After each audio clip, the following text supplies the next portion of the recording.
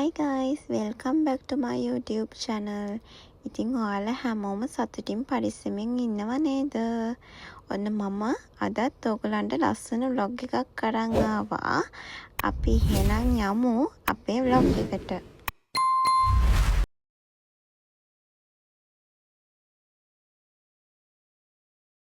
ඉතින් අද අපි යන්න හදන්නේ ස්කයි ට්‍රී එකේ තියෙන ක්‍රිස්මස් මාකට් එකට. අපි ගිය සැරේත් ක්‍රිස්මස් එකට ඩෙකෝස් එහෙම බලන්න මේ වගේම ගියා.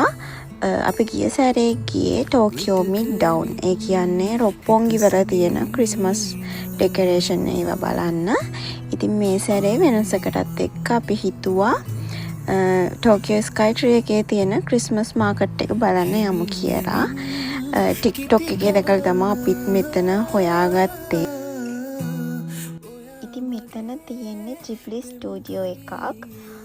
මෙතන ජිබ්ලි ඒ කියන්නේ ඒ ජිබ්ලි කැරක්ටර්ස් ඉන්නේ. ඒ කැරක්ටර්ස් වලින් හදපු පිඟාන්, කප්ස්, වතුර බෝතල්, කෑම පෙට්ටි ඒ වගේ අයිටම්ස් තියෙන කඩයක් මේක. ඒ වගේම ජිබ්ලි කැරක්ටර්ස් වල ලස්සන මේ ස්ට්‍රැචුස් එහෙම මෙතන තිබ්බා.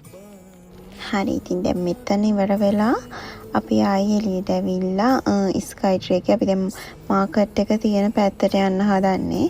අපිට දැන් මේ වෙද්දි අපි දන්නේ නැහැ තියෙන තැන ලොකේෂන් එක කියන්නේ. ලොකේෂන් එකට ආවට කොතනද තියෙන්නේ මොන තට්ටුවේද තියෙන්නේ කියලා දන්නේ නැහැ. ඊට පස්සේ අපි හිතුවා ඇවිදගෙන යනවා කියලා.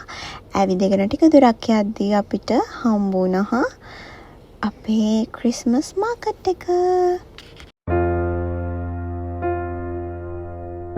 නුඹට දුන්නු ආලේ ආයේ ගන්න බැනේ මට ඉන්න ඕනේ නුඹව පේනමානේ මේ ප්‍රේම ගීතේ මමයි බිසව නුඹගේ මා කවුද නුඹගේ මේ පෙම් කතාවේ නුඹ එක්ක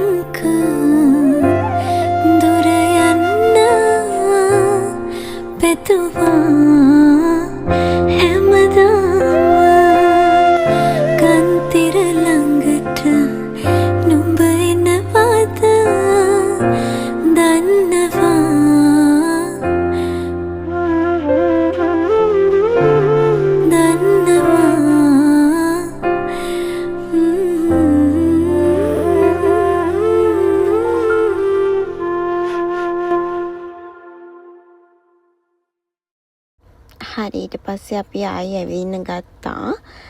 ඊට පස්සේ මොකද අශ්ව කරත්තයක් වගේ එකක් තිබ්බා. මෙන්න මේක එක මාර්ම ලස්සනයි. ඒකට අපිට ඇතුළට නැගලා ෆොටෝස් වීඩියෝස් ගන්න පුළුවන්. ඒකටත් ගියා. ඊට පස්සේ මෙන්න මේක තමයි මේක එක නත්තල් ගහක්. නත්තල් ගස් ගොඩක් තිබ්බා.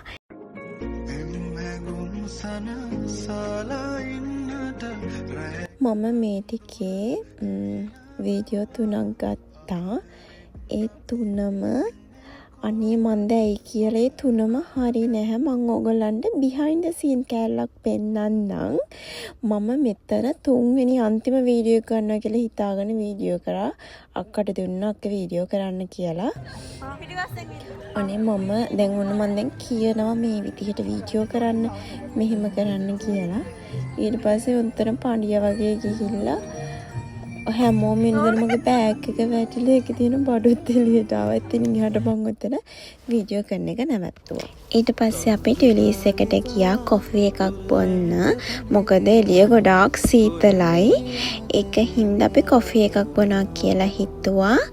අපි ගත්ත කොෆි එකේ නම මට මතක නැහැ. ඔන්න ඔය කොෆි එක තමයි අපි ගත්තේ. ඒකේ ස්නෝමෑන් කෙනෙකුත් ඉන්න ලස්සන කියුට්ම කියුට් කොෆි එකක්. අපි තුන්දෙනා මාස 8කින් 9කින් තමයි හම්බුනේ ගොඩාක් කාලෙකින්. ඒකින්ද ඉතින් කතා කරන්න දේවලුත් ගොඩාක් තියෙනවා. අපි තුන්දෙනාගේ ඉතින් මතක නම් ගොඩාක් තියෙනවා. මොකද අපි තුන්දෙනා එකටම තමයි ජපන් ආවේ. එතකොට එකටම පුදුම විදිහට කටුකාපු අවස්ථා ඇති තුන්දෙනා එකට. ඉතින් ඒ කාලත් එක්ක දැන් බලද්දී ඇත්තටම තුන්දෙනා මේ ඉන්න විදිහ ගැන අපි තුන්දෙනාට හරිම සතුටුයි.